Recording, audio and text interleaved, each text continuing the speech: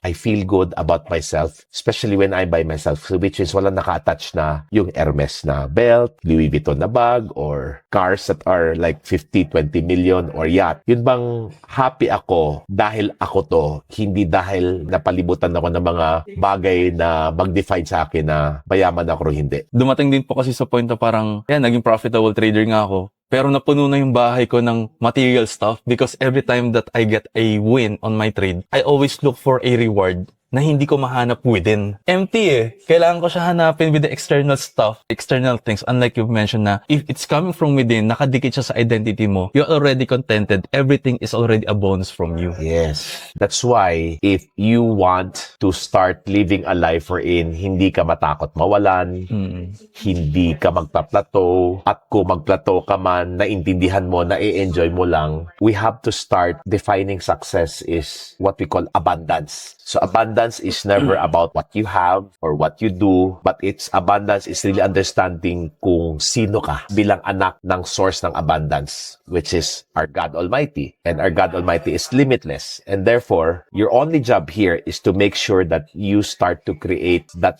inner knowing, that you know that it is your birthright and it's a lot of inner work. So which means, ang ultimate priority mo, more than money, because money is just a result of a being. That what you want is a never-ending flow of money na what if sabihin ko ang pera parang hangin lang yan na hindi mo kailangan habulin, right? That's why it's called currency. It has to flow out for it to flow in. Yung pera na nakikita natin is just a paper money, but behind it is currency, behind it is energy. Your only job here is focusing on you as the money-making machine, and you're just focusing on your spirit, on your flow, on your energy, so that when you're focusing on that, if money is what you want, it will just like be an air na hindi mo kailangang kulungin, hindi mo kailangang i-manage. Kusang lumalapag, kusang dumarating, you have that inner knowing that you know that this is who you are, this is how you were created.